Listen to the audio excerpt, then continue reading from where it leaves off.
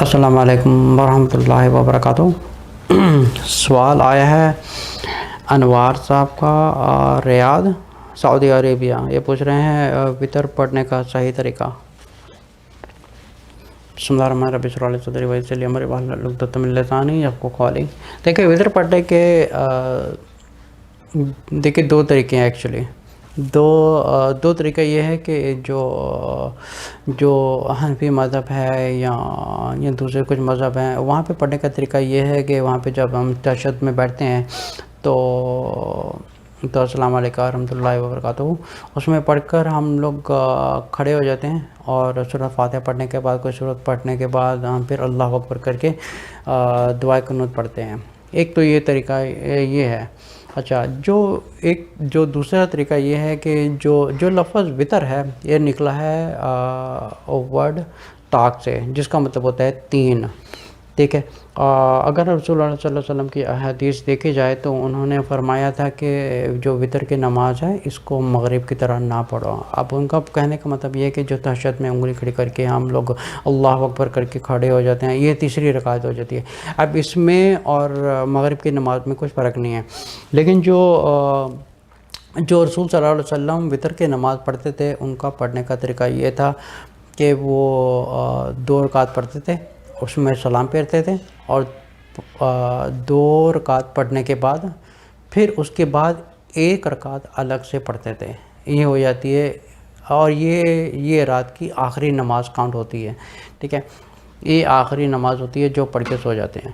ایک طریقہ یہ پڑھنے کا ہے، اور طاق میں ہم لوگ 3 وطر بھی پڑھ سکتے ہیں، 5 بھی پڑھ سکتے ہیں۔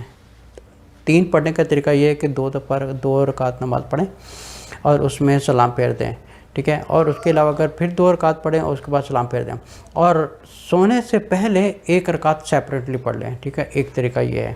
اچھا، دوسرا طریقہ یہ ہے کہ جب ہم 2 رکعت پڑھ لیتے ہیں، تیسری رکعت میں تشہد میں بیٹھنے کی بجائے ہم تیسری رکعت میں بھی سیدھے کھڑے ہو جائیں، یہ ہو جاتی ہے 3، ٹھیک ہے۔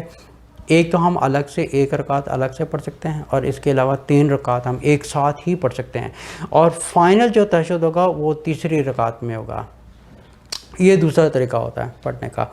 لیکن ایک اور بھی سوال اٹھتا ہے کہ کچھ لوگ یہ کہتے ہیں کہ جو 3 وطر پڑھے جاتے ہیں، کیا یہ عشاء کی نماز پڑھنے کے بعد اور تہجد کی نماز پڑھنے کے بعد کیا 2 دفعہ پڑھ سکتے ہیں، یا عشاء میں نہ پڑھیں اور تہجد میں پڑھ لیں؟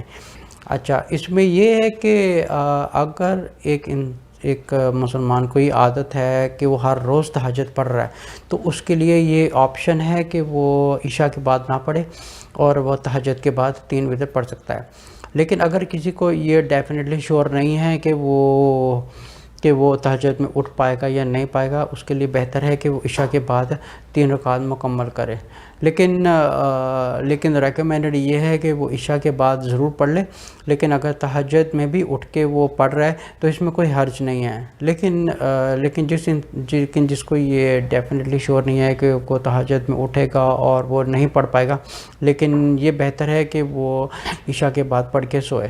لیکن اگر تہجد کے بعد بھی پڑھ رہا ہے تو اٹس ناٹ اے پرابلم، تو پھر بھی وہ پڑھ سکتا ہے۔ لیکن بہرحال سوال یہ تھا کہ 3 وطر پڑھنے کا طریقہ یہ ہے کہ اس کا طریقہ یہ ہے کہ جو حنفی مذہب ہے اور اس میں یہ کرتے ہیں کہ جو تیسری رکعت ہے اس میں پڑھ کے کھڑے ہو جاتے ہیں، اور سورۃ فاتحہ تیسری رکعت میں سورۃ فاتحہ پڑھنے کے بعد کوئی بھی سورت پڑھتے ہیں، اور پھر اس کے بعد اللہ اکبر کر کے پھر دعائے قنوت شروع کرتے ہیں۔ اچھا، دوسرا طریقہ یہ ہے کہ جو حدیث سے ثابت ہے، وہ طریقہ یہ ہے کہ آپ 2 رکعت پڑھ کے سلام پھیر لیں، سلام پھیرنے کے بعد آپ ایک رکعت الگ سے پڑھ سکتے ہیں، یہ ہو جاتی ہے 3، ٹھیک ہے۔